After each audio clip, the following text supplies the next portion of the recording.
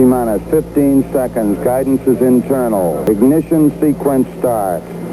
6, 5, 4, 3, 2, 1, 0. All engine running. Liftoff. We have a liftoff. 32 minutes past the hour. Liftoff on Apollo 11.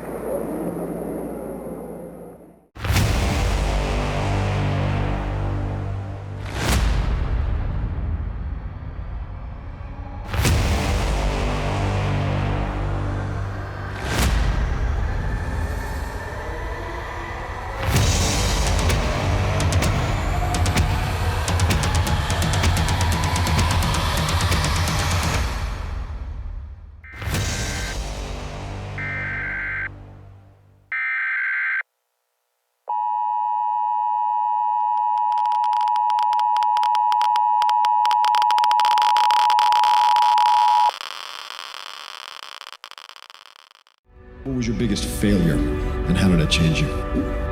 Well, there's a ton of failures along the way, that's for sure. Like, so as I said, for SpaceX, the first 3 launches failed, and we actually were just barely able to scrape together enough parts and money to do the 4th launch. If that 4th launch had failed, we would have been dead. So multiple failures along the way. I tried very hard to get the right expertise in for SpaceX. I tried hard to find a great chief engineer for the rocket, but the good chief engineers wouldn't join, and the bad ones, well, there was no point in hiring them. So I ended up being chief engineer of the rocket. So if I could have found somebody better, then we would have maybe had less than 3 failures. That 3rd failure in a row, did you think, I need to pack this in? Never. Why not? I don't ever give up.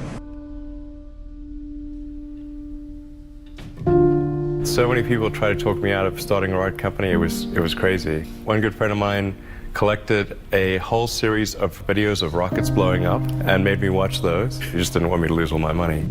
We're doing these things that seem unlikely to succeed, and we've been fortunate, and at least thus far they have succeeded. Now is the time to take risk. You don't have kids. As you get older, your obligations increase. And once you have a family, you start taking risk not just for yourself, but for your family as well. It gets much harder to do things that might not work out. So now is the time to do that before you have those obligations. So I would encourage you to take risks now. Do something bold. You won't regret it. How did you figure you were going to start a car company and be successful at it? Well, I didn't really think Tesla would be successful. I thought we would most likely fail. But I thought that we at least could address the false perception that people had that an electric car had to be ugly and slow and boring like a golf cart. But you say you didn't expect the company to be successful, then why try? If something's important enough, you should try, even if the probable outcome is failure.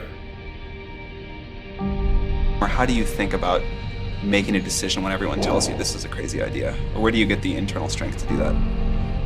Well, first of all, I'd say I actually think I feel fear quite strongly.